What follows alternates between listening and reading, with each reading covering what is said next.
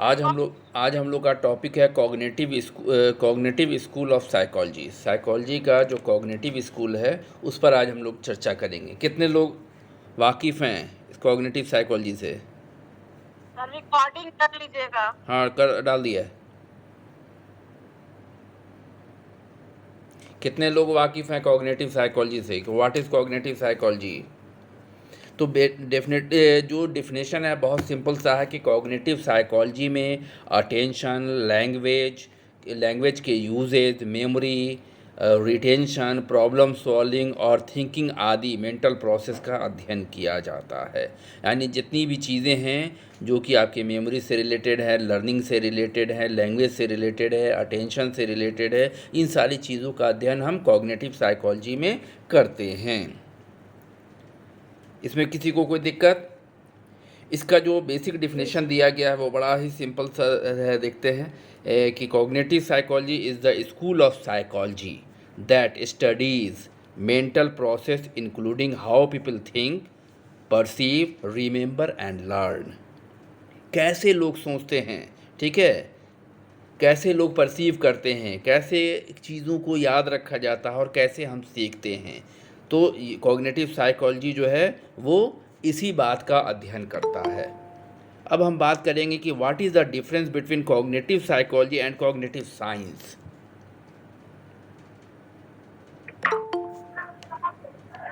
कोई आइडिया कि cognitive psychology और कॉग्निटिव साइंस में क्या अंतर होगा?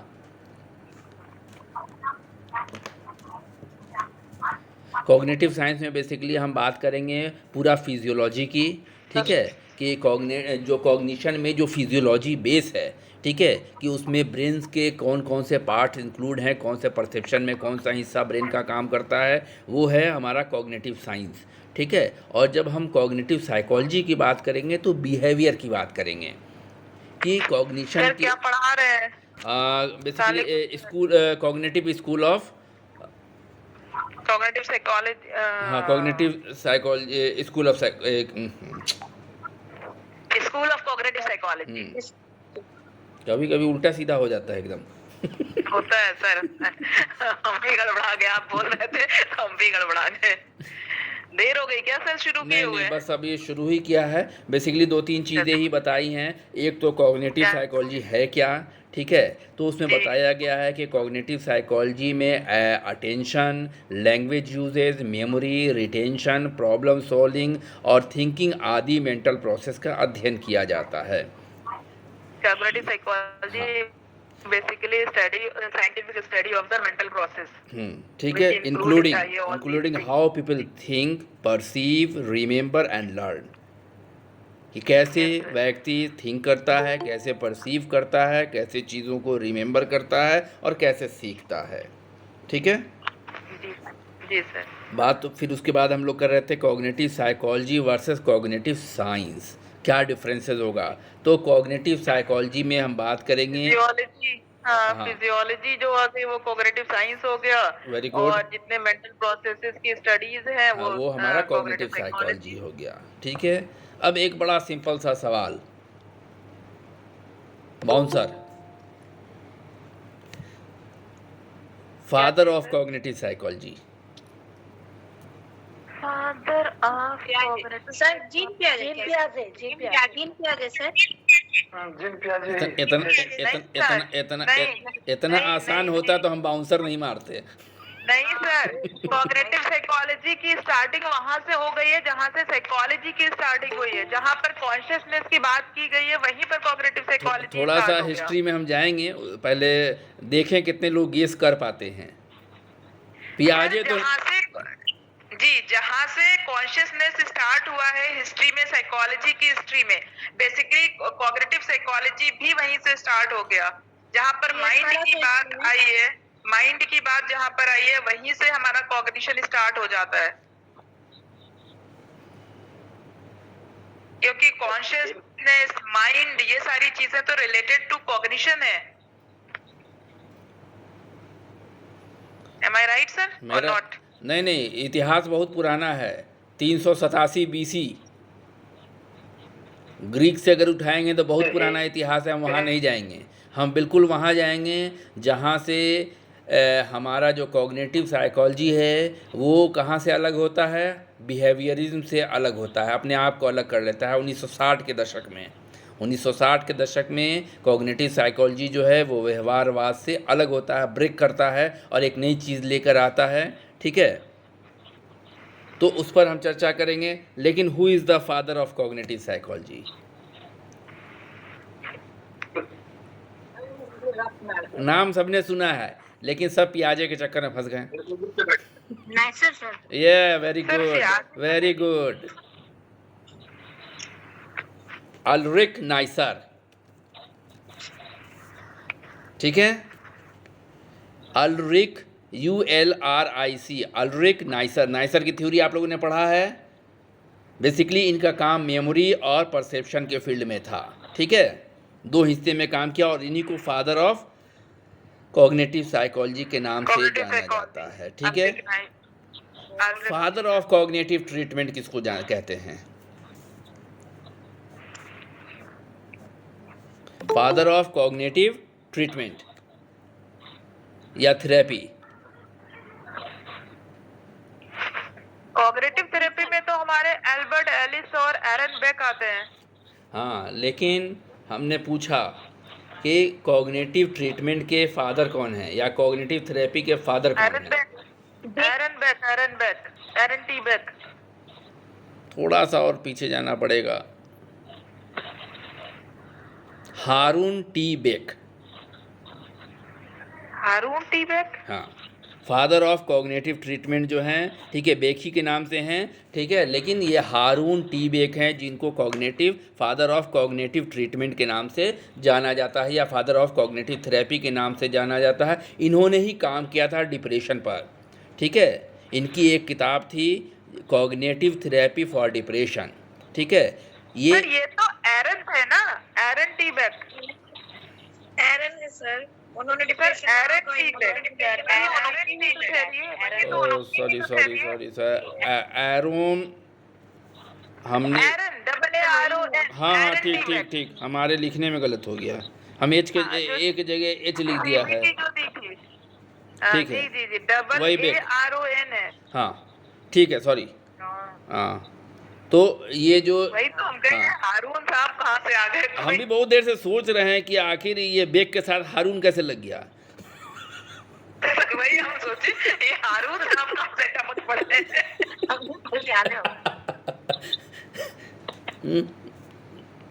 ये इंडिया पाकिस्तान का बॉर्डर हो गया। चलिए, सॉरी। इब्ने सीना तो थे, मगर ये हारून साहब कहाँ से आ गए? मेरे लिखने में गलती हो गई है ना। ऐसी तो से? इनकी एक किताब हम लिखा ना, तो एच एच ऊपर से वो मिला नहीं, तो एच हो गया। Aaron T Beck, father of cognitive psychology, cognitive treatment या कॉग्निटिव थेरेपी के। बेसिकली इनका काम डिप्रेशन पे था। कॉग्निटिव थेरेपी फॉर डिप्रेशन एक किताब इन्होंने लिखी और इसी के आधार पर इनको फादर माना जाता है। डिप्रेशन के क्षेत्र में इनका बहुत काम था और डिप्रेशन को दूर करने के लिए इन्होंने कॉग्निटिव थेरेपी कॉग्निटिव थेरेपी दिया इन्वेंट्री जो था। है वो इन्हीं की है। हाँ, back depression inventory. Back depression inventory वो इन्वेंटरी जी। तब ये नाम का स्पेलिंग क्या है? क्या पूरा नाम? एटी बेक लिख लीजिए ना। एरन बेक बोलते हैं, एरन टी बेक लिखा ही हुआ है।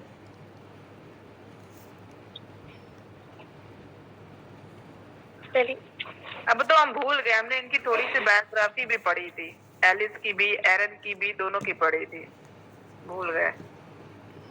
कॉग्निटिव थ्योरी जो है वो दो तरह की थ्योरी को फोकस करता है। एक सोशल कॉग्निटिव थ्योरी है, एक कॉग्निटिव बिहेवियर थ्योरी है। दो तरह की थ्योरी है। कॉग्निटिव बिहेवियर थ्योरी के ऊपर ही बेस्ड है कॉग्निटिव बिहेवियर थेरेपी, और सोशल कॉग्निटिव थ्योरी के ऊपर क्या बेस्ड होगा? कोई चीज़ है सोशल कॉग्निशन?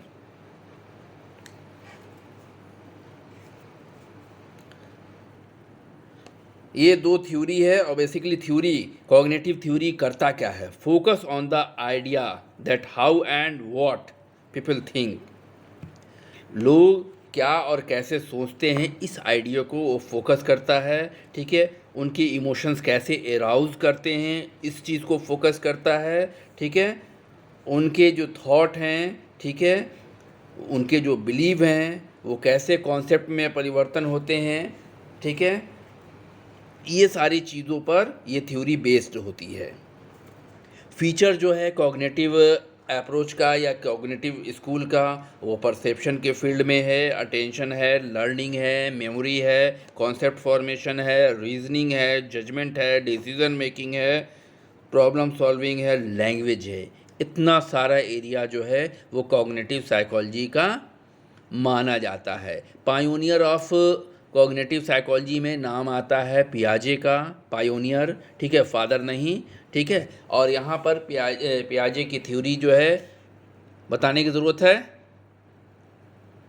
नहीं सर, नहीं तो साइकोसोशल। नहीं, हमको तो याद भी नहीं है। उसके पहले थोड़ा सा स्टडी और हम बता दें कि बेसिकली कॉग्निटिव साइकोलॉजी की शुरुआत जो थी वो फिजियोलॉजी के क्षेत्र में जो स्टडीज़ हुए पॉल ब्रोका और वर्निक के द्वारा, ठीक है। कार्ल वर्निक और पॉल ब्रोका ने जो स्टडी किया था लैंग्वेज से रिलेटेड, ब्रेन में लैंग्वेज सेंटर को खोजा था उन्होंने।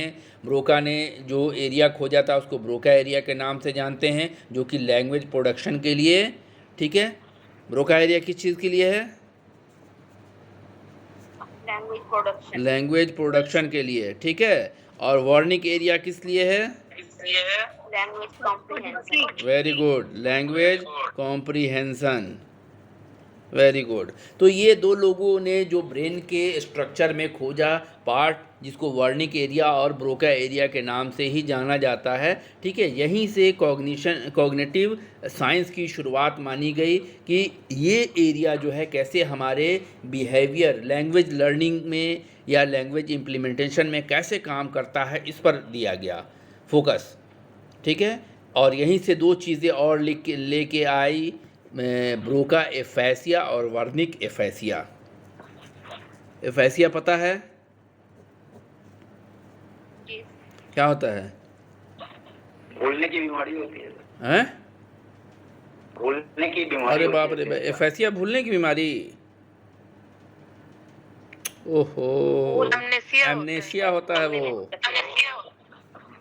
Dementia. Speaking related sir, aphasia. Aphasia speaking related है, क्या है? फुसफुसाना, क्लियर नहीं बोलना। इसे ब्रोका वर्ड नंबर भाषा लैंग्वेज वर्ड नहीं बोलना। भाषा दोष में क्या होगा एफेसिया में? फुसफुसाना। ब्रोका वाले लैंग्वेज जो है वो बहुत ज़्यादा कॉम्प्रिहेंस नहीं कर पाएगा, ठीक है, या प्रोड्यूस नहीं कर पाएगा, ठीक है। तो ये चीज़ें इसमें देखी जाएंगी। सर इसमें वर्ड्स की कमी हो जाती है, हाँ। एप्रोप्रिएट वर्ड्स का इस्तेमाल नहीं कर पाते। सही बात है, वही फुसफुसाने जैसी चीज़ें होती हैं, ठीक है। फैसिया से मतलब कि समझिए कि स्पीच में कमी हो जाएगी, ठीक है, या भाषा उनको नहीं मिल रहा है या वर्ड उनके पास नहीं है, इस तरह की चीज़ें देख लीजिएगा कि ये फैसिया है क्या। बहुत इंपॉर्टेंट है कि ब्रोका एफेसिया और वर्निक एफेसिया।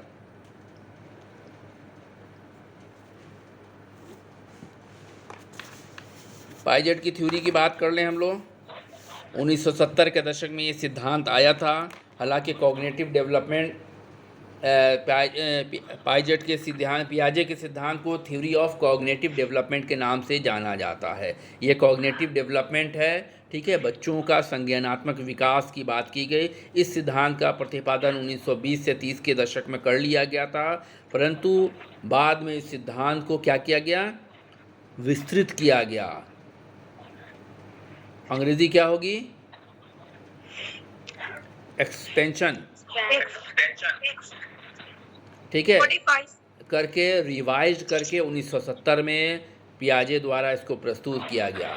ये सिद्धांत क्या कहता है? पियाजे के अनुसार बुद्धि एक एडेप्टिव प्रोसेस है जिसमें बायोलॉजिकल मैच्योरिटी तथा इन्वायरमेंट के इंटरैक्शन दोनों सम्मिलित होते हैं। यानी इनका मानना था कि जो हमारा बुद्धि है वो एडेप्टिव प्रोसेस है और इसमें बायोलॉजिकल मैच्योरिटी यानी हमारा एज, जैसे जैसे हमारी उम्र बढ़ रही है, ठीक है, वो और इन्वायरमेंट दोनों के इंटरैक्शन का ये परिणाम होता है बुद्धि। यानी बुद्धि में हम बात करें तो ये क्या है, एक तो नेचर नर्चर कंट्रोवर्सी थी बुद्धि में, याद है किसी को क्या था वो? यस सर, 50-50 कंट्रीब्यूशन है नेचर और नेचर nurture नर्चर, का। नेचर क्या है और नर्चर क्या है?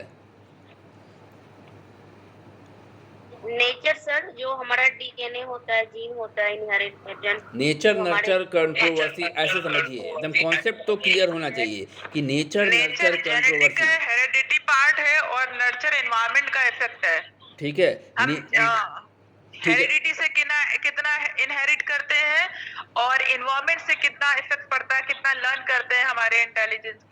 दो तरह के सबूत दिए गए कि हमारी बुद्धि जो है एक ग्रुप का मानना था कि वो बाय नेचर है, बाय डिफ़ॉल्ट है, जो हमको विरासत में मिला है, हमारे जेनेटिक फैक्टर के ऊपर डिपेंड करता है। माँ बाप के जीन हमारे अगर बढ़िया मिले हैं तो हमारी बुद्धि बढ़िया मिलेगी, ठीक है। तो एक पार्ट जो है वो ये कहता है कि बुद्धि जो है वो हमारे जेनेटिक फैक्टर के द्वारा, नेचर के द्वारा प्रभावित होती है, जो हमको विरासत में मिला है बाय बॉर्न, ठीक है। लेकिन दूसरा पक्ष ये कहता है कि बुद्धि में इम्प्रूवमेंट जो है वो कैसे होता है, इन्वायरमेंट के द्वारा, नर्चर के द्वारा, हमारा पालन पोषण कैसे हो रहा है, हम किस समाज में रह रहे हैं, किन लोगों के बीच रह रहे हैं, उससे हमारी बुद्धि प्रभावित होती है। तो ये कंट्रोवर्सी थी कि बुद्धि में नेचर का कितना योगदान है और नर्चर का कितना योगदान है। और याद रखिएगा 80-20 का योगदान हर जगह मिला है। 80% हेरिडिटी, 50-50 नहीं है। हाँ 80-20, 80% जेनसन ने भी देखा था कि 80%, तो 80% जो है वो हेरिडिटी है और 20% ही इन्वायरमेंट का हाथ है। Yes, sir. इसमें ट्विन स्टडी और एडॉप्टी स्टडी पर रिसर्चेस की हाँ गई थी। ठीक है, ये तो था नेचर नर्चर कंट्रोवर्सी। इसके बाद हम बात कर रहे थे, हम फिर डायरेक्शन गड़बड़ा गया मेरा, हाँ बायोलॉजिकल मैच्योरिटी और इन्वायरमेंट, ठीक है। तो मैच्योरिटी हमारा क्या है, हेरिडिटी में आएगा। हेरिडिटी नॉर्मली हम जो ग्रो कर रहे हैं एज वाइज, हमको हम हर एज पर Maturation. हमारा जो लर्निंग है ऑटोमेटिक है, ठीक है। और इन्वायरमेंट जो है, ठीक है, वो हमारा बहुत हद तक भूमिका निभाता है। तो हमारी बुद्धि जो है वो मैच्योरिटी और इन्वायरमेंट दोनों का परिणाम है, दोनों के इंटरेक्शन का परिणाम है। पियाजे के अनुसार जैसे जैसे बच्चों में कॉग्निटिव प्रोसेस का विकास होता है वैसे वैसे उनका इंटेलेक्चुअल डेवलपमेंट भी होता है। अब जो बच्चा चौथे क्लास में पढ़ रहा है, ठीक है, उनको क्या पता है कि अगर बच्चा कहाँ से आता है। उनसे जब उनसे कुछ स्टडीज़ की गई और उनसे पूछा गया उस क्लास के बच्चों से कि बच्चे कैसे जन्म लेते हैं, तो उन्होंने बताया कि माँ बाप जाते हैं और बाज़ार से बाय करते हैं, ख़रीद के ले आते हैं। लेकिन यही बात अगर आप 9th क्लास के बच्चे से पूछिएगा तो वो आपको पूरा बायोलॉजी पढ़ा देगा, क्रोमोसोम से लेके, ठीक है, सारी चीज़ें वो बता देगा। तो ये जो प्रोसेस है कॉग्निटिव प्रोसेस, ये बहुत हद तक एज से भी रिलेटेड है और बहुत हद तक इन्वायरमेंट से भी रिलेटेड है, आपके वातावरण से भी रिलेटेड है। तो एक पार्टिकुलर एज पर कुछ चीज़ें आपको देखने को मिलेंगी जो उस एज के हिसाब से होंगी और एक पार्टिकुलर एज पर आपको वही चीज़ें बदल जाएंगी। अच्छा, कितने लोग हमको बता सकते हैं कि सूरज कहाँ से उगता है?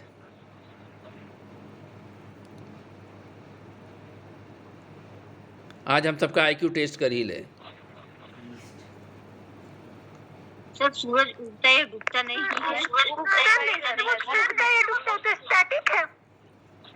बचपन से तो पढ़ते आए कि सूरज, बचपन से तो सारे लोग पढ़ते आए कि सूरज पूरब में निकलता है पश्चिम में डूबता है। सोचिए कॉन्सेप्ट कितना गलत है। बचपन से किसी बच्चे से पूछिएगा, हमारे बेटे ने पीछे से कहा कि ईस्ट, लेकिन जब वो और ऊपर जाएंगे तो उनको पता चलेगा कि सोलर सिस्टम में ना सूरज डूब रहा है ना सूरज निकल रहा है, ठीक है। तो मूव कौन कर रहा है? सूरज तो स्टैटिक है, हमारा अर्थ ही मूव कर रहा है। ठीक है, प्रूव कर रहा है। तो समझ में आई और बात। और शुरू से ये सीखा है कि अर्थ लगता है स्टैटिक और चांद सूरज मूव कर रहे हाँ, हैं। यही बता रहे हैं कि शुरू से जो बच्चे की लर्निंग हुई वही हम कॉन्सेप्ट लेके चलते हैं, और बाद में जैसे जैसे एज होता है तब हमको समझ में आता है कि हम क्या पढ़ते थे, क्या जानकारी थी हमारी, हम लोग खुद भी हंसते हैं। ठीक है, तो सूरज कहीं भी मूव नहीं कर रहा है, ना ईस्ट में निकल रहा है, ना वेस्ट में डूब रहा है, जबकि वो क्या है, सोलर सिस्टम में अगर आप उसको देखिएगा तो वो अपनी जगह है, अपने ऑर्बिट पर है, और पृथ्वी जो अपने ऑर्बिट पर है उसका चक्कर लगा रही है। तो मूवमेंट हमारे दुनिया में है। बेसिकली सर ये जो कॉन्सेप्ट था वो डायरेक्शन को समझने के लिए था, एक डायरेक्शन को समझाने के लिए कि ईस्ट किस साइड है, वेस्ट किस साइड है, नॉर्थ और साउथ, उसके लिए ये कॉन्सेप्ट था। उसको कहां से कहां यूनिवर्सल का ट्रुथ बना दिया गया कि the sun rises in the east. Basically ये कॉन्सेप्ट था कि डायरेक्शन को कैसे, दिशाओं को कैसे समझा जाए। तो पार्टिकुलर आप क्या कीजिएगा, उस एज पर बच्चे को हमको वैसे ही समझाना है ना। जी जी जी जी। दिक्कत ये है कि उस एज पर बच्चे को आप नहीं, जैसे जो बच्चा 5 साल का है उसको आप कैसे समझाइएगा कि बर्थ प्रोसेस क्या है, कॉन्सेप्शन प्रोसेस क्या है, नहीं समझा हाँ, सकते उसकी हैं। तो उसको यही समझाया यही जाता कह है रहे कि थे। हम जाएंगे बेटा बाजार से ले आएंगे, एक तुम्हारे तरह भाई खरीद के ले आएंगे, तो वो भी यही जान रहा है। तो कॉग्निटिव प्रोसेस में 2 चीज़ों का बताया गया, एक तो हमारा मैच्योरिटी प्लस हमारा इन्वॉल्वमेंट। ठीक है, ये दोनों की बहुत बड़ी भूमिका होगी हमारे कॉग्निटिव डेवलपमेंट पर। बायोलॉजिकल मैच्योरिटी का प्रभाव इन्वायरमेंटल कंडीशन पर कुछ कॉग्निटिव प्रोसेस मैच्योरिटी पर डिपेंड करता है। इसकी चर्चा हम लोग कर चुके हैं।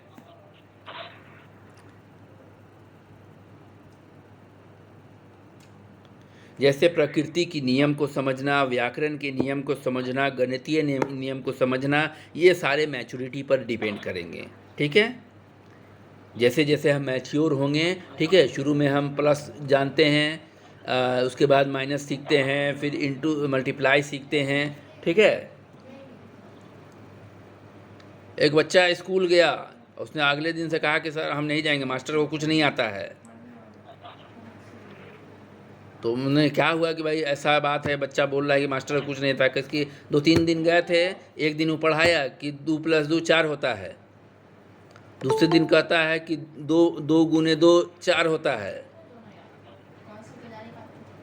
तो खुद ही कंफ्यूज है कि मल्टीप्लाई करेंगे तो 4 होगा और प्लस करेंगे तो भी 4 होगा। तो अब ये चीज़ें धीरे धीरे मैच्योरिटी पर डिपेंड करेंगी। आप लर्निंग किसी खास एज में चाहिएगा कि हम सिखा दें तो वो नहीं होगा। ठीक है, एक्सेप्शन केस में हो सकता है, लेकिन मैच्योरिटी जो नॉर्मल हमारा डेवलपमेंट पीरियड है उसमें मैच्योरिटी के हिसाब से ही हम चीज़ों के कॉन्सेप्ट को समझ सकते हैं। ठीक है, और ये डिपेंड करेगा हमारे मैच्योरिटी पर कि हम नियमों को कैसे समझ रहे हैं, प्रकृति के नियम को कैसे समझ रहे हैं, मैथमेटिकल नियम को कैसे समझ रहे हैं। अब पियाजे ने कॉग्निटिव प्रोसेस के 4 स्टेज बताए। सेंसोरी मोटर स्टेज, दूसरा स्टेज क्या था, pre operational stage, operational stage, pre operational stage, concrete और फॉर्मल, ये 4। SPCF से याद किया था हमने, आज भी याद है। बाकी अंदर क्या है वो भूल जाते हैं। सेंसोरी, प्री ऑपरेशनल, कंक्रीट और फॉर्मल, ये स्टेज हमेशा पीजीटी में पूछता है घुमा फिरा के।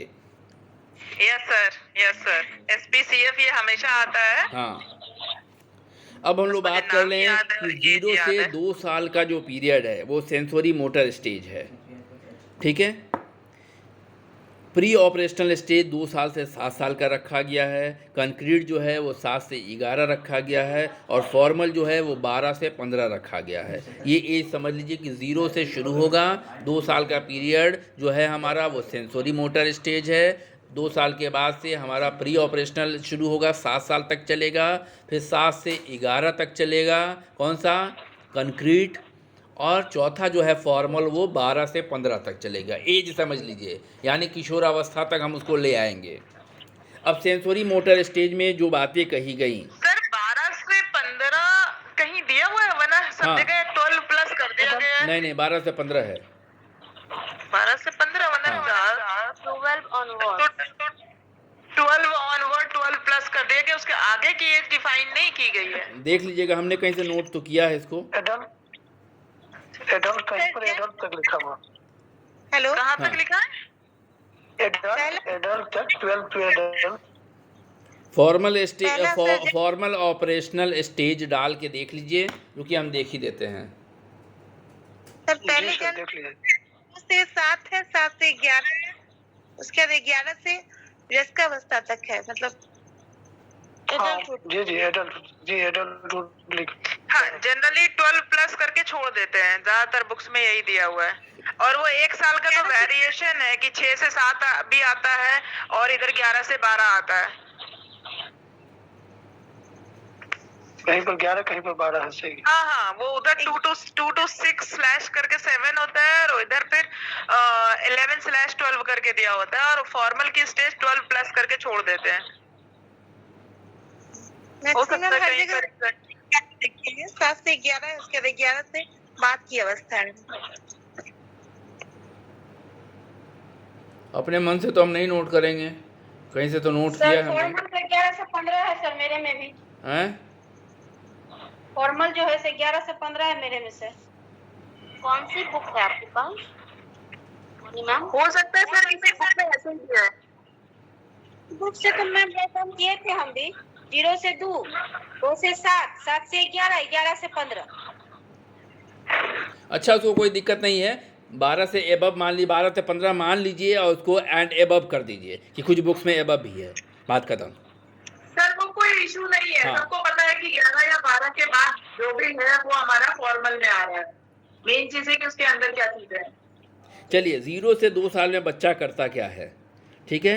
एक्टिविटीज़ और उसके कंसिक्वेंस के बीच संबंध बनाने की कोशिश करता है कि हम जो क्रिया कर रहे हैं तो उसके परिणाम क्या हो रहे हैं, उसके बीच वो संबंधों को समझने की कोशिश करता है। दूसरा, इन्वायरमेंट के वस्तुओं से अपने को अलग करने की क्षमता का विकास, कि इन्वायरमेंट से वो अपने आप को समझने लगता है कि हम एक अलग चीज़ हैं, वातावरण के जो सारे ऑब्जेक्ट हैं उनसे हम अलग हैं, ठीक है? और इसी बीच तीसरी चीज़ आती है, वो है ऑब्जेक्ट परमानेंस। हाँ, ठीक है। 20 से 24 यानी 2 साल के 20वें महीने से 24वें महीने के बीच में ये ऑब्जेक्ट परमानेंस जैसी चीज़ें देखी जाती है, जिसमें बच्चे के सामने चीज़ों को, ऑब्जेक्ट्स को हटा दिया जाता है, ठीक है? तो वो क्या समझता है कि चीज़ें कहीं गई नहीं हैं। 20 महीना का पहले बच्चे के सामने से अगर चीज़ों को हटा दीजिए, ऑब्जेक्ट को हटा दीजिए, तो वो समझता है कि चीज़ें ख़त्म हो गई। लेकिन 20 से 24 महीने के पीरियड में बच्चे का ऑब्जेक्ट परमानेंस डेवलप कर चुका होता है, वो समझता है कि हटा नहीं है कहीं ना कहीं, वो फिनिश नहीं हुआ है, ठीक है? तो सेंसरी मोटर स्टेज में 3 चीज़ें देखी जाएंगी, एक्टिविटीज़ और उसके कॉन्सिक्वेंस के बीच में रिलेशनशिप को ढूंढना, ठीक है? इन्वायरमेंट के वस्तुओं से अपने आप को अलग कर लेना, ठीक है? और तीसरी चीज़ ऑब्जेक्ट परमानेंस। ये 3 चीज़ें देखी जाएंगी, ठीक है? प्री ऑपरेशनल स्टेज जो है वो 2 से 7 साल का है, ठीक है? इसमें जो है प्री कॉन्सेप्चुअल स्टेज जो है, प्री कॉन्सेप्चुअल 2 से 4 और इंट्यूटिव 4 से 7, 2 पीरियड में इसको बांट दिया गया है, ठीक है? प्री कॉन्सेप्चुअल और इंट्यूटिव। कोई बताएगा इसके बारे में?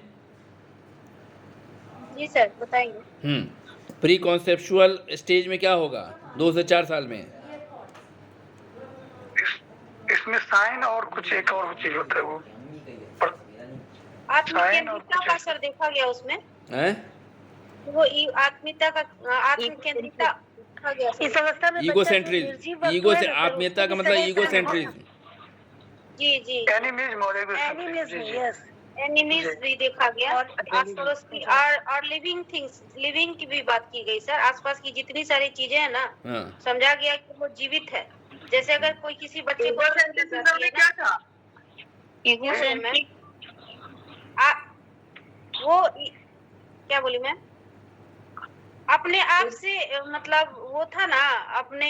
देखिए इसका बड़ा अच्छा एग्जाम्पल है, इसका बड़ा अच्छा एग्जाम्पल है कि जब छोटा बच्चा को कोई चोट वोट लग जाती है तो हम लोग खिलौने का धुलाई कर देते हैं, मारो इसको, मारो यही चोट लगाया है, ठीक है? जब मार देने के बाद शांत हो जाता है। शांत हो जाता है, क्योंकि लगता है कि इसमें इसमें जो था, इस जान था इसमें, और इसकी धुलाई हो गई, ठीक है? निर्जीव बदला वस्तु ले को लिया भी गया। सजीव समझता ठीक है, तो जितनी भी निर्जीव चीजें हैं उसमें वो लिविंग समझता है कि इसमें जान है, प्राण है।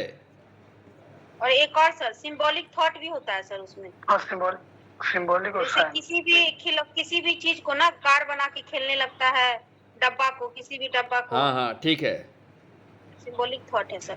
और सर फर्स्ट ऐसे सर बताए थे, उसमें एक और इम्पोर्टेंट था उसमें जो अनुकरण, किसी के व्यवहार को वो अनुकरण करता है सर। मेरे दो ख्याल साल में, हाँ, इमिटेशन। 2 साल, 0 से 2 साल में imitation. Very good very good, ये बहुत इंपॉर्टेंट है क्योंकि बच्चा हाँ, ये इसी मोटर, ये इसी जो सेंसरी पीरियड में मोटर है ना इमिटेट सर, करता है। Very good. हाँ सेंसरी मोटर, तो मोटर मतलब ये इम्पोर्टेंट। हाँ, इमिटेशन आएगा यहाँ पर, बहुत अच्छा। बच्चा इसी एज में इमिटेशन करता है। चलिए, इंट्यूटिव क्या है?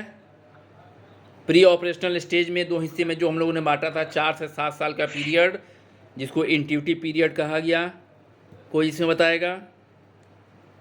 हाँ जिसमें इसमें भी था सर, मतलब जैसे बड़ा ग्लास, एक छोटा बोतल होता है, पानी उसमें डाल दो, फिर दोनों में वो फर्क नहीं कर पाता है सर। मतलब जैसे लंबा गिलास और एक छोटा गिलास, पानी सेम रहेगा दोनों में, चीज़ों के बीच आयतन डिस्क्रिमिनेशन नहीं कर पाता है। नहीं कर पाता है सर। लगता है ना कि जो लंबा गिलास है उसको बड़ा बताता है, और जो थोड़ा सा समटा हुआ रहा तो उसको छोटा हुआ, जबकि पानी 1 ही लीटर आता है, लेकिन फिर वो बताता है, दोनों में डिस्क्रिमिनेशन नहीं कर पाता है सर। ठीक है। एक और है सर, इसमें अवस्था पलटावी भी बच्चों में आ जाता है। हैं? हाँ, रिवर्सिबिलिटी हो गया सर, रिवर्सिबिलिटी का गुण नहीं हो गया। रिवर्सिबिलिटी क्या है? रिवर्सिबिलिटी, हाँ ठीक बोल। क्या होता है? हाँ रिवर्सिबिलिटी देखा जाता है हाँ। कि नहीं देखा जाता है? नहीं, अभाव होता है, अभाव नहीं होता है देखा सर, जाता। नहीं देखा जाता, अभाव होता है। ये रिवर्सिबिलिटी का गुण होता है। वही तो हमने बताया था कि 2 + 2 देखा नहीं और जाता, 2 × 2 जी जी। जी सर, 4 - 2। एक और है सर उसमें, हाँ, अंतर्दर्शिता, वही इंट्यूशन है। वो कैसे सॉल्व कैसे होगा कुछ नहीं आवाज़ बता कम आ रही है, बोलिए। हेलो। सकते। बोले कि हेलो, पहले हेलो गुण सर। आ जाता है बच्चों में। बच्चों में हेलो, पलटावी गुण सर, सर इसमें होता है ना कि जब बच्चा क्या करता है ना, अगर उनसे 2 गुना 2 पूछा जाए तो में आता है। बता दे। एक आदमी बोलिए भाई, एक आदमी। हाँ सर, हम बोल रहे हैं, हाँ, पूनम बोलिए। अगर उनसे 2 गुना 2 पूछा जाए हम्म 2 × 2, तो वो बता देंगे कि 4, पर 4 भागा 2 बराबर 2 हुआ, ये कैसे होगा ये नहीं बता ये नहीं, पाते। वही बोला ना कि इसीलिए तो बच्चा स्कूल छोड़ के आ गया था कि मास्टर खुद ही कंफ्यूज है। हाँ, जैसे मोनी मैम बताई ना कि मास्टर पूरा सही आंसर देंगे, लेकिन ये कैसे हो जाता है उसको नहीं बता पाते। चलिए, हाँ, अब फिर वो क्या करेगा ना, ताला खोलेगा लेकिन बंद करने नहीं आएगा वो। 7 से 11 वाले स्टेज में आ जाइए। कंक्रीट। जी सर, इसमें तो कंक्रीट में तो वही होगा सर, थिंकिंग, मूड चिंतन करने, तर्क करने की क्षमता आ जाएगी उसमें सर। थिंकिंग आ जाता है। जी सर, मूर्त जो वस्तु सामने में होती है ना, उसके बारे में Concrete वो thinking. करना शुरू कर दे। कंक्रीट थिंकिंग, कंक्रीट, ठीक है। कंक्रीट थिंकिंग देखी जाएगी। और रिवर्सिबिलिटी का गुण आ जाएगा सर। हैं? अलग किसी चीज को पहचानने से क्या अंतर करना आ जाता है, और वर्गीकरण उनको डिफरेंस चीज को करना आ जाता है पहचानने है में- ना, क्लासिफिकेशन करना आ जाता है। इसमें 2 × 2 जी, 4 और भी समझते हैं, 2 / 4 भी समझने लगते हैं। रिवर्सिबिलिटी आ जाती है ना। वर्गीकरण डिफरेंस। ताला बंद भी करेगा और खोल भी लेगा, वो दोनों चीज आ जाता है इसमें। अभिमन्यु की तरह फंसता नहीं है ना। नहीं सर, नहीं फंसता है वो, चलिए, उसे स्टेशनरी। फॉर्मल स्टेज पे आ जाइए। उत्तर कर लास्ट स्टेज 12 साल से ऊपर, फॉर्मल ऑपरेशनल स्टेज। इसमें तो सबसे Abstract पहला thinking। हाँ एब्स्ट्रैक्ट थिंकिंग हो जाएगा, जो चीजें नहीं है उसके बारे में भी सोचना शुरू कर देगा।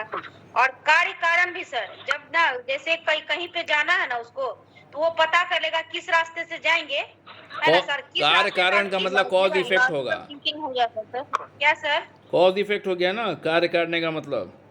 हाँ हाँ, वो ना मतलब उसको इतना मतलब तर्क करने की क्षमता आ जाती है कि वो समझ जाता है कि अगर पैदल जाएंगे तो कितना समय लगेगा, साइकिल से जाएंगे तो कितना समय लगेगा। लॉजिकल थिंकिंग करने लगता है फिर वो। Logical thinking. हाँ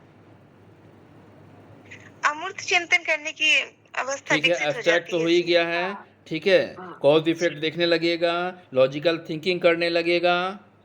सर हाइपोथेसिस बनाना शुरू करता है सर किसी भी प्रॉब्लम को सुलझाने के लिए।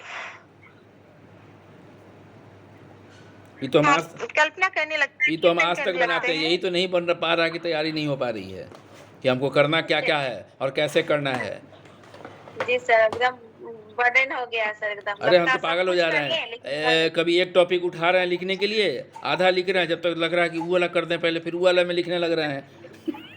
जी सर। नतीजा ये है कि वही खाली बात है सर, कभी ये पढ़े कभी वो पढ़े, क्या पूरे पढ़े। पूरे कमरे में कागज छीटा हुआ है और बेटी कह रही कि कमरा देख के हमको रहने का मन नहीं कर रहा। लेकिन जब तक नहीं करेंगे ना, सिस्टमेटिक नहीं होगा ना, हम लोग तैयारी नहीं कर पाएंगे। तो आखिरी में हम लोग को वही रिवीजन करना है सारा चीज़। तो ये क्लियर है। तो इस चारों स्टेज में जो हम शुरू करते हैं, sensory motor stage, pre operational stage, concrete operational stage और फॉर्मल ऑपरेशनल स्टेज, क्या चीज़ें समझ में आई कि पियाजे के अनुसार जैसे जैसे एज बढ़ रहा है, मैच्योरिटी जैसे जैसे आ रही है, ठीक है, वैसे वैसे बच्चे का कॉग्निटिव डेवलपमेंट हो रहा है, ठीक है। तो क्लियर है? जी सर क्लियर। जी इसी से रिलेटेड एक टर्म आया था, कॉग्निटिव लर्निंग थ्योरी, टॉलमैन जी का, सर आया था।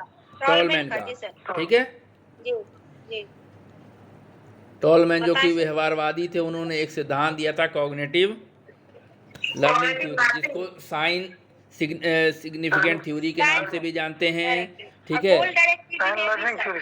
साइन लर्निंग थ्योरी के नाम से भी जाते हैं, ठीक है, goal directive behaviour sir. Goal directed behaviour के नाम से भी जानते हैं, ठीक है। क्या है ये थ्योरी, कोई बता सकता है? थोड़ा सा हम लोग देख लें, जी क्योंकि सर, कॉग्निशन से जुड़ा हुआ है बता सकते हैं। हाँ हाँ ये जी सर, बता थ्योरी। सकते हैं। कोई एक आदमी अगर बताना चाहे तो बता सकता है, बाकी लोग माइक ऑफ कर लें।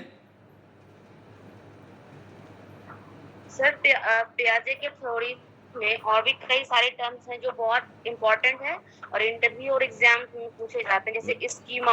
हाँ, स्कीमा हमने यहाँ नोट किया है, हमने यहाँ नोट किया है, स्कीमा पैटर्न ऑफ बिहेवियर जो है, ठीक है। और बताइए, एक मिनट रुकिए, बाकी लोग माइक ऑफ कीजिए, सारे लोग माइक ऑफ ऑन कर ले रहे हैं। मिनती बताइए, एक स्कीमा और क्या है कॉन्सेप्ट? एसिमिलेशन। एसिमिलेशन है ना, एसिमिलेशन, ठीक है। और एकोमोडेशन। अकोमोडेशन तो हाँ ठीक है, और कुछ? और इक्विलिब्रियम भी आता है सर, जो सामंजस्य बिठाते हाँ हाँ, हैं ना, इक्विलिब्रियम है। एसिमिलेशन और एकोमोडेशन के बीच में। तो वो तीन चार वो स्कीमा तो बहुत ही इम्पोर्टेंट है इस थ्योरी का। हमने इसीलिए हमने क्या किया, स्कीमा को यहीं रोका था और हम चले गए टॉलमैन की थ्योरी पे। वापस आएंगे तो इन तीनों की चर्चा हम लोग करेंगे, ठीक है। तो पहले हमको कॉग्निटिव थ्योरी में आप टॉलमैन की थ्योरी बताइएगा, क्या था टॉलमैन की थ्योरी, आखिर हम वहाँ क्यों गए? क्योंकि सर कॉग्निशन है, कॉग्निटिव मैप बनाता है उसमें। या टॉलमैन की थ्योरी में स्कीमा कहा क्या गया है? कॉग्निटिव स्कीमा, मैप ही है ना, स्कीमा कॉग्निटिव को बोलते मैप है हैं सर। Pattern of behaviour.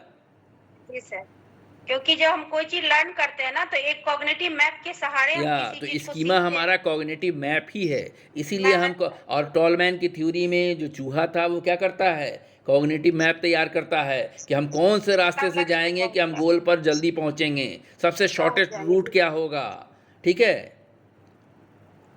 इसीलिए हम टॉलमैन की थ्योरी में गए थे कि वहाँ रेनफोर्समेंट थ्योरी से अलग माना गया, उसको साइन सिग्निफिकेंट थ्योरी कहा गया कि एक साइन दूसरे साइन के लिए रेनफोर्समेंट का काम करता है, और प्राणी ये कॉग्निटिव मैप बनाता है कि हम कौन से रास्ते से अपने गोल तक पहुंचेंगे, और सबसे छोटा और सबसे आसान रास्ता हमारा कौन होगा जिसमें हमको लीस्ट एफर्ट में हम अपने लक्ष्य तक पहुंच जाएं। ठीक है, स्टिमुलस, एक स्टिमुलस से दूसरे स्टिमुलस को जोड़ के कॉग्निटिव मैप बनाता है। ठीक है। तो हमारा स्कीमा क्या है? यही कॉग्निटिव मैप है। ठीक है, यही एक तरह का कॉग्निटिव मैप है जिसको हम पैटर्न ऑफ बिहेवियर भी कहते हैं, कि हमको किसी स्टिमुलस पर कौन सा बिहेवियर करना है। जो पैटर्न, जो प्रारूप हम बनाएंगे, ठीक है, वही हमारा स्कीमा है। मिनती, अब एसिमिलेशन बताइए। जी सर, एसिमिलेशन हमने जैसे कोई कॉग्निटिव मेंटल फ्रेमवर्क बनाया जो कि हमारा स्कीमा है। जैसे उसका एक बेहतरीन एग्जांपल बच्चे के लिए दिया जाता है। जब बच्चा छोटा होता है तो वो बिल्ली को देखता है, तो जब वो कुत्ते को देखता है तो दोनों में डिफरेंशिएट नहीं कर पाता है, वो कुत्ते को भी बिल्ली ही समझता है। ये एसिमिलेट कर रहा है। जैसे वो अपने पापा को पापा बोलता है तो चाचा को भी पापा बोलता है, दूसरे को भी पापा बोलता है, तो वो एसिमिलेट कर रहा है सेम चीज सबको। तो वहाँ पे वो अपने नॉलेज का एक्सपेंशन नहीं कर पाया। लेकिन जब भी वो एकोमोडेट करता है, यानी कि अपने भी एसिमिलेशन इसका मतलब किस स्टेज में होगा? इनिशियल स्टेज में? जी मैम, इनिशियल नहीं होगा। टीचर्स को ये करता है, इसको मैच करने की कोशिश करता है। सिमुलेशन में क्या है ना कि जनरलाइज करता है, वो एक ही चीज को जनरलाइज करता है कि मम्मी सबको, मौसी को मम्मी, आंटी को मम्मी, दूसरे लड़की को भी ऐसे मम्मी, हर जानवर को कुत्ता ही बोलेगा। अच्छा, ये जो एसिमिलेशन है, ये चाइल्डहुड मतलब अर्ली चाइल्डहुड में ही देखा जाएगा कि एडोलेसेंट में या एडल्टहुड में भी देखा जाता है? नहीं सर, ये तो बहुत अर्ली 2 साल के आसपास होगा। नहीं, हम इसलिए पूछ लिया ना कि कुछ लोग दूसरे की बीवी को भी अपनी बीवी कहने लगते हैं। लेकिन इसमें सर एक जगह डाउट फंसेगा कि ये सेंसरी में है या प्री ऑपरेशनल में है। हमको लगता है सेंसरी तक जाएगा, क्योंकि 2 साल का पीरियड है ना, क्योंकि ये 2 साल के आसपास है। हाँ। जी, तो बच्चे का 2 साल में करीब करीब लैंग्वेज डेवलपमेंट शुरू हो जाता है, बोलने लगता है बच्चा, चलने भी लगता है। तो इसी बीच में वो क्या करता है, 2 ही साल तक है, हमको लगता है कि 2 से 3 साल के बीच हाँ, का 3 ये, साल उससे के, आगे का नहीं है। हाँ उससे आगे का नहीं है। हाँ, इसके आगे का। क्योंकि बच्चे, बोले ना सर। चलिए, दूसरा क्या था? अकोमोडेशन। मिनती। एकोमोडेशन, हाँ। हाँ, जब वो अपने प्री एग्जिस्टिंग स्कीमा में चेंजेस लाता है। नहीं, आवाज़ आपकी नहीं आ रही, फिर से बोलिए। जान रहे हैं 4 आवाज आपकी नहीं आ रही, फिर से बोलिए। हेलो सर, हेलो, हाँ, बोलिए। हाँ, आ रही है सर आवाज हाँ, बोलिए। आ रही है। हाँ, जैसे वो प्री एग्जिस्टिंग जो स्कीमा है, यानी कि पहले से पता है कि जो 4 पैर होता है और रोएदार है तो वो बिल्ली है। लेकिन कुत्ता उससे कैसे अलग है, क्योंकि बिल्ली म्याऊं करती है और कुत्ता भौंकता है। जब ये चीज वो समझ जाता है तो प्री एग्जिस्टिंग स्कीमा में कुछ चेंज लाके वो उसको फिर बिल्ली से कुत्ता Accommodate. अलग कर पाता है, एकोमोडेट करता है कुछ नई चीजों को। तो यही एकोमोडेशन है। और ऐसे ही समझ जाता है ये मम्मी है, मम्मी ऐसी है, मौसी ऐसी होगी, आंटी ऐसी होगी, पापा ऐसे दिखते हैं। तो ये चीज जब करता है बच्चा तो यही एकोमोडेशन है। ठीक है। तीसरा जो हम लोग का था इक्विलिब्रियम।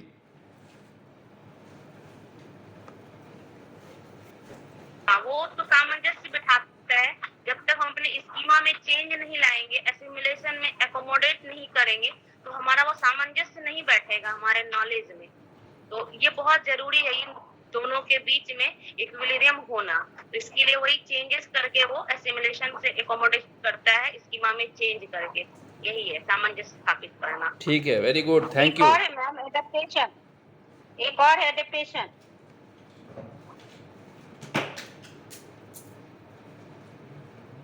नई लर्न की हुई चीजों को अडेप्ट कर लेना, स्कीमा के बाहर निकलना। स्कीमा के बाहर निकलना, स्किल्स भी तो होता वातावरण है के सर। साथ चेंज कर लेना अपने आप को, अकॉर्डिंग टू एनवायरनमेंट सर, अपने आप को एडजस्ट कर लेना, चेंज कर लेना, वही एडेप्टेशन। ठीक है। एडेप्टेशन तो देखना पड़ेगा हम लोग को, सारा एडेप्टेशन हम लोग का पकड़ाएगा कि हम लोग कितने एडेप्टेड हैं और कितना एडजस्टेड हैं। जी सर। बहुत डर लगा। साइकोलॉजी को कितना अडेप्ट किया अब तक? ना हम तो घोल के पी सर- रहे हैं। सर इसमें स्कीम्स भी तो होता है, स्कीमा और स्कीम्स भी एक सुनते थे होता स्कीमा और हाँ, स्कीम सर, स्कीम भी होता है सर, एक स्कीमा है, एक स्कीम्स भी होता है। स्कीम्स होता है सर, इसमें एक संगठित पैटर्न होता है, ऑर्गेनाइज्ड पैटर्न में बच्चा वर्क करता है इसमें। जैसे कि मान लीजिए उनको स्कूल ही जाना है तो एक पैटर्न के काम करता है, सुबह उठ रहा है, फिर ब्रश कर रहा है, फिर अपना बैग सरिया रहा है, फिर जूता पहन रहा है, सर पेन पहन रहा है, जा रहा है, तो एक पैटर्न में काम करता है। इसको सर स्कीम्स स्कीम्स बोलेंगे। कहते हैं स्कीम्स, जी। ठीक है। स्कीम्स है कि पैटर्न में काम करना, और स्कीमा है, स्कीमा ही तो पैटर्न और बिहेवियर कहा गया है। जी सर, वो स्कीमा ही है जो मैं बता रही है ना, मेरे ख्याल से वही स्कीमा है। हम तो लिखा ही है कि स्कीमा जो है पैटर्न और स्कीमा बिहेवियर। बेसिकली क्या होता है? स्कीमा बेसिकली क्या होता है कि एक किसी भी बेस पे एक प्रीवियस माइंडसेट तैयार कर लेना, दैट इज स्कीमा। जी, उसका सामान्यीकरण जो बच्चे कर लेते हैं वो स्कीमा हो गया। जैसे कि स्कूल ही जाना है तो एक लाइन में इसको कह सकते हैं कि बच्चे स्कूल चला गया है, या स्कूल हम का वर्क हम कंप्लीट कर लिए हैं। नहीं, उसको स्कीमा एक अलग हो एक साथ बोलना गया। है तो वो स्कीमा है। स्कीमा अलग हो गया, ये तो रूटीन वर्क हो गया कि हमें कैसे जाना है स्कूल। और इसका क्या होगा? एक तरह का हाँ, mental उसका option है। सामान्यीकरण 3 साल की बच्ची अगर ये कहती है, अपने किए 3 साल की बच्ची अगर ये कहती है कि मामू कल हम स्कूल नहीं जाएंगे, क्यों? कल हमको फीवर है।